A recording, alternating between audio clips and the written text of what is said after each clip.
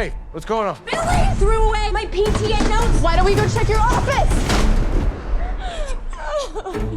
You need to be more careful next time. You've ruined my entire day. I'm sorry. I gotta tell you, I had an incredible time last night watching this film. Oh, yay. Excellent. Excellent. Yeah. I haven't been in a theater in a while where fellow critics kept having these like nervous laughs. And you had this way of just making it so perfect where we all laughed at the same time at certain time like moments. Excellent. And one thing that like that comes to is this ensemble cast that you picked, right? Like if it wasn't for them acting the hell out of like their roles, Yeah. it wouldn't have worked. Yeah. What like did you know exactly who you wanted to have for each role before you were in pre-production for this film? Well, I was really lucky because when the script was sent to me, Sydney was already attached. Okay. And so when you read the script and then the book, you're like, you just don't see anybody else in the role other than Sid. So that was great. But then Amanda was somebody I had coffee with like 10 or 15 years ago, just like a general meeting. And we were just like, oh my, we got to work together. We're so like, we like all the same things, and then just never kind of found the right project. So when this came up, it was like, it just seemed like the perfect casting for Nina, also because the physical similarities between them and size and everything, because what we find out going forward is Nina's plan is to replace herself.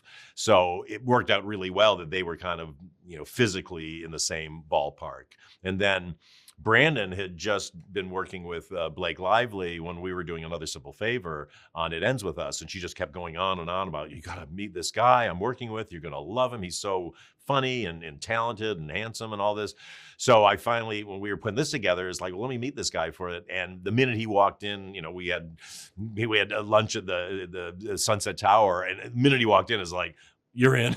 Like, yeah. He just was so perfect, and his presence is so good, and he so knew how to play this role. He really wanted to do it, because it's not a role that some guys might want to play, because it's such a rug pull kind of a role. But his commitment is so great that like we had to reinforce all the sets, the attic set, because we knew he was just going to be going for it in there, and he did. No, and I think that was one of the main things for the film that I loved was how freaking charming he was. Yeah. And like you don't expect, if you haven't read the book, and I know there's gonna be a lot of people that haven't read the book, they're gonna be shocked, right? Yeah. Like he's perfect in this role, and I know he hasn't been in a lot of things, but I think that Brandon's gonna be huge. Especially after this, because he's just this charming, just he'd be such a movie star. A movie star. It's crazy. Me of like an old school, like I was like, he reminds me of like Clint Eastwood, right? Yeah. Like he's just dashing, but very much so. Well, it was when I saw It Ends With Us, like he's so lovable in that movie. It was like, oh, this is great. Like that's the guy you want in the first hour of this movie, and even audiences having not really seen him play the other way. I mean, in 1923, he's a tough guy, but to have that giant turn, this movie is all about suckering the audience for the first hour, and making them root for everything they should not be rooting for. Adapting huge books like this, you have to tweak things that just are not going to work, that worked well on the book, but they aren't going to really work on film.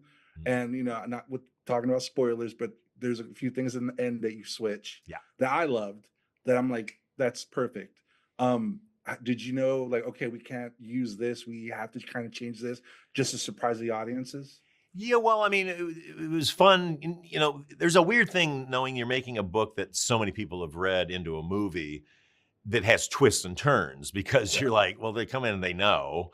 So for them, we got to give them something extra. So that's why, we tack that stuff on at the end that's not in the book, because you needed a movie ending for it. The book is a great book ending, and it's very cathartic.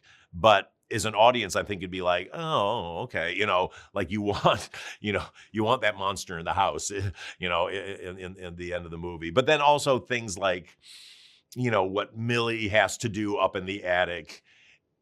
We just had to make that a little more. You have to root so much for what she ends up doing to him, that you got to earn it, you know? Yeah. And I love that twist, what she had to do. That was, Yeah. I was like, okay, he went this way. All right, Yeah. all right. I know. And It's funny to hear book readers go like, oh no. Like, yeah. like, where's the Well- heavy books? It's like, no, you don't get that. No books in this one. But I had a blast with this film, and I really hope that, it's huge, because I want to see you continue working on the other books, because, it's a series, and Yeah.